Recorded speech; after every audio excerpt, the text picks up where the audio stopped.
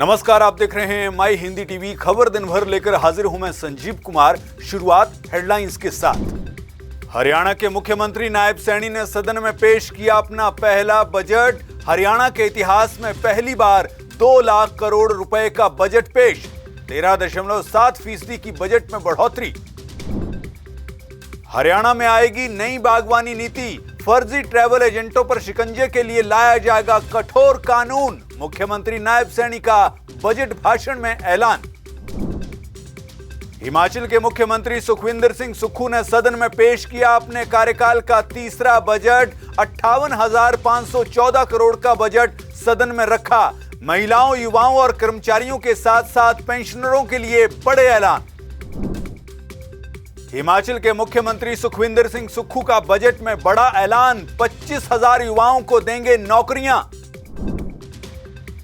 पूर्व कबड्डी प्लेयर और बीजेपी नेता दीपक हुड्डा के साथ थाने में मारपीट। दीपक ने पत्नी स्वीटी बूरा, उनके पिता और मामा पर लगाया मारपीट का आरोप। हिसार सदर थाने में दी शिकायत। केंद्र सरकार ने चंद्रयान 5 मिशन को दी मंजूरी। इसरो अध्यक्ष वी नारायणन ने बेंगलुरु में दी जानकारी। नारायणन ने आज ही संभाला है इसरो चीफ का पदभार। सोना चांदी आज अपने ऑल टाइम हाई पर पहुंचा। 10 ग्राम 24 कैरेट सोने की कीमत 1,048 रुपए बढ़कर 87,891 रुपए हुई। चांदी 99,685 रुपए प्रति किलो। फरवरी महीने में थोक महंगाई बढ़कर 2.38% पर आई। मैन्युफैक्चरिंग कॉस्ट बढ़ने से बढ़ी महंगाई। रोजाना जरूरत के सामान और खाने पीने की चीजें सस्ती हुई। उद्योग मंत्रालय ने आज ही जारी किए आंकड़े। मारुति ने इस साल तीसरी बार बढ़ाई कारों की कीमत। अप्रैल महीने से 4% महंगी होंगी कारें। कंपनी ने रॉ मटेरियल कॉस्ट बढ़ना बताया बड़ा कारण। अब खबरें विस्तार से। सबसे पहले बात हरियाणा की। हरियाणा के मुख्यमंत्री नायब सैनी ने अपना पहला बजट पेश किया। दोपहर 2 बजे बजट सत्र की शुरुआत हुई। हरियाणा के इतिहास में यह पहली बार है जब हरियाणा का बजट 2 लाख करोड़ रुपए से ऊपर पेश किया गया। मुख्यमंत्री नायब सैनी ने सदन में 2,05,017 करोड़ रुपए का बजट पेश किया। इस बार बजट में 13.7% की बढ़ोतरी की गई, यानी पिछले वर्ष के मुकाबले इस बार बजट में 16,000 करोड़ रुपए की बढ़ोतरी की गई।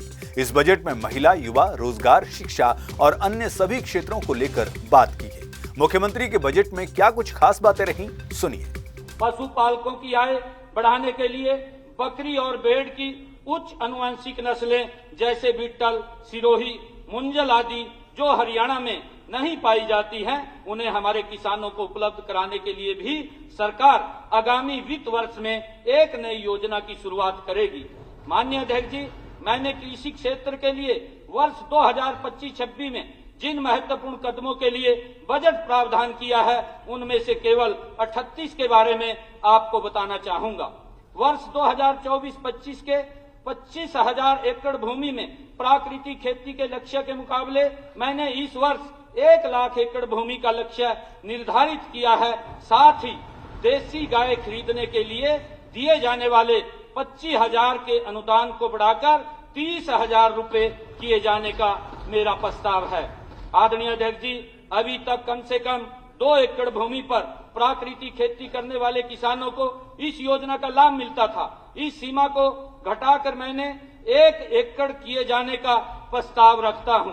मैंने लवणीय नमकीन भूमि को पुनर्जीवित किए जाने के चालू वर्ष के 62,000 एकड़ के लक्ष्य को वर्ष 2025-26 में बढ़ाकर 1 लाख एकड़ किए जाने का प्रस्ताव किया जाता है। मेरा पानी मेरी विरासत योजना के तहत मैं धान की खेती छोड़ने वाले किसानों को मिल रही अनुदान राशि 7,000 रुपए प्रति एकड़ से बढ़ाकर 8,000 रुपए प्रति एकड़ करने का प्रस्ताव रखता हूं। साथ ही जो ग्राम पंचायतें अपनी काश्त लायक भूमि को धान उगाने के लिए पट्टे पर देने की बजाय खाली छोड़ेंगी, उन्हें भी अब यह प्रोत्साहन राशि उपलब्ध कराई जाएगी। सभी जानते हैं कि धान की सीधी बिजाई में 20% से 30% तक कम पानी लगता है। धान की ऐसी बुआई अर्थात DSR की अनुदान राशि अभी 4,000 प्रति एकड़ है। मैं इसे बढ़ाकर 4500 रुपए प्रति एकड़ का प्रस्ताव रखता हूं। आदरणीय अध्यक्ष जी, धान की पराली का प्रबंधन करने वाले किसान को अभी 1000 रुपए प्रति एकड़ अनुदान राशि मिलती है, इसे बढ़ाकर मैं 1200 रुपए प्रति एकड़ करने का प्रस्ताव करता हूं। प्रदेश में पर्याप्त मात्रा में यूरिया और डीएपी की उपलब्धता के बावजूद कभी कभी स्थानीय स्तर पर इनकी कमी देखने को मिल जाती है। किसानों के सुझाव के अनुरूप उर्वरक के तर्क संगत प्रयोगों के लिए मैं इनकी बिक्री को मेरी फसल मेरा ब्यौरा पोर्टल से जोड़े जाने का प्रस्ताव रखता हूं। इससे नैनो यूरिया तथा नैनो डीएपी को बढ़ावा देने में भी सहायता मिलेगी। आदरणीय अध्यक्ष जी, फसलों को एक गेट पास जारी करने की पिछले खरीफ में शुरू की गई प्रथा को अब सभी फसलों पर लागू किया जाएगा। ई नाम के साथ संपूर्ण एकीकरण सुनिश्चित करने के लिए सभी मंडियों का नवीनीकरण किया जाएगा। गन्ने के घटते क्षेत्रफल और मैनुअल कटाई के लिए श्रमिकों की उपलब्धता की कमी से निपटने के लिए गन्ने की मशीन से कटाई कराए जाने के लिए हार्वेस्टर पर सब्सिडी दिए जाने का मैं प्रस्ताव करता हूं। आदरणीय अध्यक्ष जी, अभी प्रदेश में केवल 4 बीज परीक्षण लैब हैं जो करनाल, पंचकुला, सिरसा व रोहतक में स्थित हैं। अगले वित्त वर्ष में हरियाणा बीज प्रमाणीकरण एजेंसी द्वारा शेष 18 जिलों में भी एक ऐसी बीज परीक्षण लैब स्थापित की जाएगी। प्रदेश में आज बागवानी के 11 उत्कृष्टता केंद्र कार्य कर रहे हैं और 3 अन्य केंद्र निर्माणाधीन हैं। वित्त वर्ष 2025-26 में अंबाला, यमुनानगर व हिसार में क्रमशः लीची, स्ट्रॉबेरी और खजूर के लिए 3 नए उत्कृष्टता केंद्र स्थापित करने का मेरा प्रस्ताव है।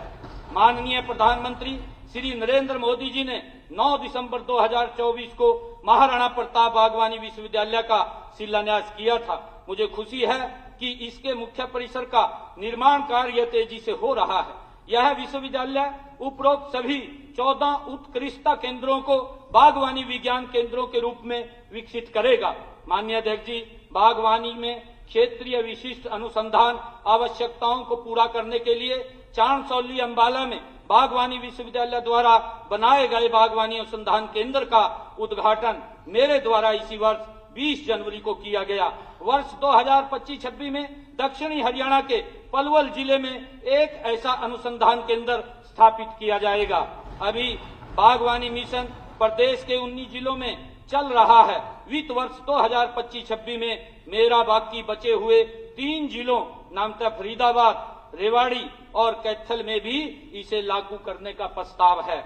आदरणीय अध्यक्ष जी, इसके अतिरिक्त सभी 22 जिलों में 400 बागवानी क्लस्टर्स के माध्यम से तथा जापान सरकार की सहायता से अगले 9 वर्षों में 2738 करोड़ रुपए की लागत से एक नया सतत सस्टेनेबल बागवानी प्रोजेक्ट शुरू किया जाएगा। वित्त वर्ष 2025-26 में मैंने इस महत्वाकांक्षी प्रोजेक्ट के लिए 138 करोड़ रुपए का प्रावधान रखा है। मैंने 3 उभरती हुई गतिविधियों मशरूम, कंपोस्ट और कंपाउंड हाईटेक हाइड्रोपोनिक्स और एरोपोनिक्स तथा एफपीओ द्वारा बनाए गए 20 किलोवाट से अधिक लोड वाले कोल्ड स्टोरों को 7 रुपए 50 पैसे के बजाय अब 6 रुपए 50 पैसे प्रति यूनिट की दर से बिजली देने का निर्णय किया गया है। इस आशय से हरियाणा विद्युत विनियामक आयोग को आदेश देकर एक नई कैटेगरी बनाई जाएगी। माननीय अध्यक्ष जी, मेरा फसल मेरा ब्यौरा पोर्टल में अभी कुछ फसलों के लिए ही इंटर क्रॉपिंग की सुविधा दी जाती है। यह सुविधा अगले वित्त वर्ष से सारी फसलों के लिए उपलब्ध कराई जाएगी। माननीय अध्यक्ष जी, हरियाणा सरकार द्वारा 2600 करोड़ रुपए की लागत से गन्नौर में बनाई जा रही अंतर्राष्ट्रीय फल एवं सब्जी मंडी का निर्माण कार्य तेजी से प्रगति पर है। इसके पहले चरण में 400 दुकानों के लिए 5 सेट्स तथा उनके लिए सभी मूलभूत सुविधाएं आगामी नवंबर तक पूरी कर ली जाएंगी। यह आधुनिक मंडी किसानों को सस्ती दरों पर बेहतर मूल्य, उन्नत भंडारण और कोल्ड स्टोर की सुविधाएं प्रदान करेंगी, जिससे उनकी आय में वृद्धि होगी। राष्ट्रीय और अंतर्राष्ट्रीय बाजारों से किसानों का सीधा जुड़ाव होने से कृषि उत्पादकों का निर्यात भी बढ़ेगा। आदरणीय अध्यक्ष जी, मैं गुरुग्राम में फूलों की खरीद और बिक्री के लिए एक अत्याधुनिक एवं वातानुकूलित फूल मंडी की स्थापना करने का प्रस्ताव रखता हूं। आदरणीय अध्यक्ष महोदय, मुगलों के अत्याचार के विरुद्ध आवाज उठाने वाले और खालसा राज के संस्थापक और वीरता की प्रतिमूर्ति बाबा बंदा सिंह बहादुर के लोगर ट्रस्ट को स्मारक के निर्माण व प्रशासन के लिए 10 करोड़ रुपए की राशि के आवंटन का प्रस्ताव मैं भी रखता हूं। आदरणीय अध्यक्ष महोदय, सरकारी कर्मचारियों के लिए कैशलेस मेडिकल ट्रीटमेंट सुविधा की तर्ज पर वित्त वर्ष 2025-26 में यह सुविधा मीडिया कर्मियों को भी प्रदान करने का मेरा प्रस्ताव है।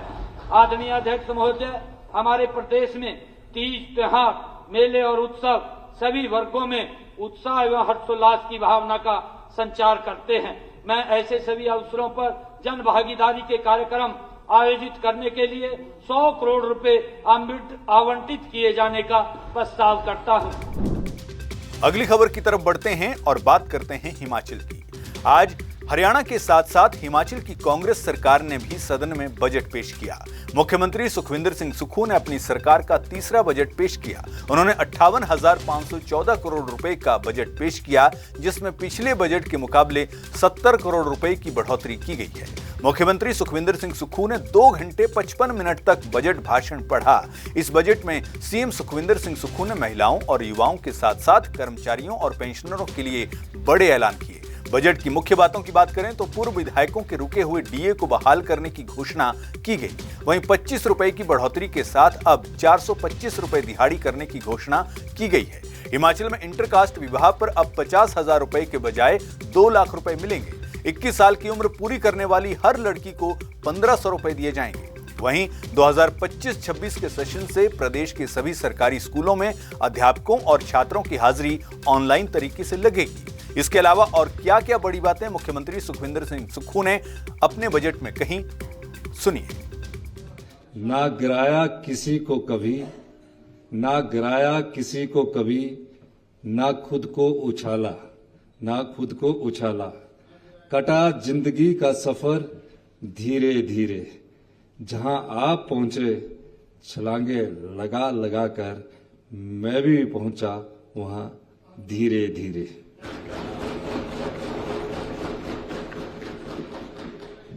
यह हमारी सरकार का तीसरा बजट है। यह बजट प्रदेश की आर्थिक स्थिति को पटरी पर लाने हेतु सरकार द्वारा किए जा रहे प्रयासों पर केंद्रित है। बजट में सभी वर्गों के सर्वांगीण विकास एवं उनके जीवन को सुगम बनाने पर बल दिया गया है। अध्यक्ष महोदय, 11 दिसंबर 2022 को कांग्रेस सरकार को सत्ता की बागडोर संभालते ही नाजुक वित्तीय स्थिति पनपते माइनिंग माफिया, पूर्व सरकार द्वारा लापरवाही से की गई भरपूर फजूल खर्ची जैसी चुनौतियों का सामना करना पड़ा। पिछली सरकार द्वारा कई सरकारी भवनों तथा अन्य पूंजीगत कार्यों का बिना बजटीय प्रावधानों के ही निर्माण किया गया और बिना जरूरत के संस्थानों को खोला गया। इसका परिणाम यह हुआ कि प्रदेश भर में सिविल कॉन्ट्रैक्टर्स के प्रति करोड़ों रुपए की देनदारियां खड़ी हो गई। 1,000 करोड़ से ज्यादा राशि के अधिकांश भवन बिना किसी विवेक के बनाए गए, जो कि आज तक किसी भी काम में नहीं लाए जा सके। इनके निर्माण के लिए सेंट्रल स्पॉन्सर्ड स्कीम्स तथा एक्सटर्नल एडिट प्रोजेक्ट्स के अंतर्गत मिलने वाली राशि का दुरुपयोग किया गया, जिसके परिणाम कई प्रकार की चुनौतियों के रूप में वर्तमान सरकार के सामने आए। 17 मार्च 2023 को इस माननीय सदन में प्रस्तुत अपने पहले बजट में मैंने कहा था कि हमारी सरकार 31 मार्च 2026 तक प्रदेश को ग्रीन एनर्जी स्टेट के रूप में विकसित करने के लिए प्रभावी कदम उठाएगी। मुझे इस बात की प्रसन्नता है कि हम इस लक्ष्य को प्राप्त करेंगे। मैं 2-3 बातों से ग्रीन एनर्जी स्टेट वाले कंसेप्ट को स्पष्ट करना चाहता हूं। देखिए, अगर हम प्रदेश की ऊर्जा की सारी खपत के लिए जो लगभग 14,000 मिलियन यूनिट है का लगभग 90% renewable energy oblique green energy स्रोतों का प्रयोग करें तो हमें एक ग्रीन स्टेट कहला पाएंगे। इसका सीधा लाभ प्रदेश में हो रहे औद्योगिक व कृषि के उत्पादन को मिलेगा। हम इस ओर तेजी से बढ़ रहे हैं। धीरे धीरे हमारी ऊर्जा खपत अब मूलतः हाइड्रो व सोलर स्रोतों पर आधारित हो गई है। प्रदेश में हमारी सरकार के इस कार्यकाल में सौर ऊर्जा में जितनी वृद्धि हुई है वह अतुलनीय है। इतनी कभी नहीं हुई, इस बारे में विस्तृत उल्लेख आगे होगा। ग्रीन स्टेट का एक दूसरा महत्वपूर्ण भाग परिवहन का क्षेत्र है। मैं सदन को यह बताना चाहता हूं कि ग्रीन हाउस गैसेस के एमिशंस जिससे जलवायु पर दुष्प्रभाव पड़ता है का लगभग 16 से 20% परिवहन क्षेत्र से आता है। अगर हमें नेचुरल व ग्रीन हिमाचल की ओर बढ़ना है तो आवश्यक है कि हम परिवहन के क्षेत्र में ई व्हीकल्स व उसके लिए एनेबलिंग इंफ्रास्ट्रक्चर पर बल दें। चरणबद्ध रूप से हम एचआरटीसी के फ्लीट में ई बसेस को बढ़ावा दे रहे हैं। चिन्हित राष्ट्रीय राजमार्गों पर जैसे मैंने सदन में वादा किया था कि चार्जिंग स्टेशन तथा इंफ्रास्ट्रक्चर बनाया जाएगा, जो कि बनाया गया है और भी बनाया जा रहा है। सरकारी विभागों में भी ई गाड़ियों का प्रयोग शुरू कर दिया गया है। टैक्सियों के लिए भी विशेष अनुदान दिया जाएगा ताकि प्रदेश में ई वाहनों का प्रयोग बढ़े। इसकी चर्चा मैं बजट भाषण में आगे भी करूंगा। अध्यक्ष महोदय, ग्रामीण अर्थव्यवस्था को सशक्त बनाना हमारी प्राथमिकता है। सरकार ग्रामीण आजीविका को स्थानीय संसाधनों के साथ जोड़कर लोगों के जीवन स्तर में सुधार के लिए काम कर रही है। मैं इस दिशा में सरकार द्वारा उठाए गए कदमों का उल्लेख करना चाहूंगा। प्राकृतिक खेती को बढ़ावा देने के लिए प्रदेश में पहली बार दूध, प्राकृतिक गेहूं और मक्की के लिए मिनिमम सपोर्ट प्राइस की घोषणा की गई है। सेब, आम और अन्य फलों की खेती को बढ़ावा देने, उच्च मूल्यों वाले फलों की सुरक्षित खेती करने व मौसम आधारित फसल बीमा योजना इत्यादि के माध्यम से किसानों, बागवानों का लाभ दिया जा रहा है। हमारी सरकार का यह प्रयास है कि हिमाचल प्रदेश की ग्रामीण अर्थव्यवस्था को नई ऊंचाइयों तक पहुंचाया जाए। बहरहाल खबर दिन भर में बस इतना ही। दीजिए इजाजत। नमस्कार।